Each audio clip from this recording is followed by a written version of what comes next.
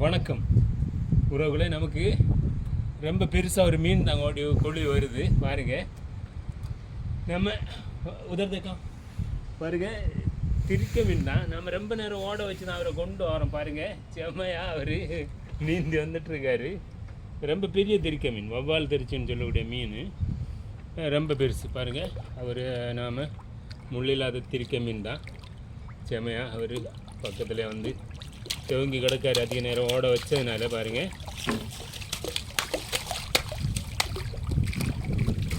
நமக்கு அருமையான ஒரு மிகப்பெரிய திரிக்க மீன் கிடச்சிருச்சு பாருங்கள். நமக்கு இது அதிகமாக சுவையான மீன் இல்லை, நாம் தூக்கி எடுத்துடலாம் மேலே.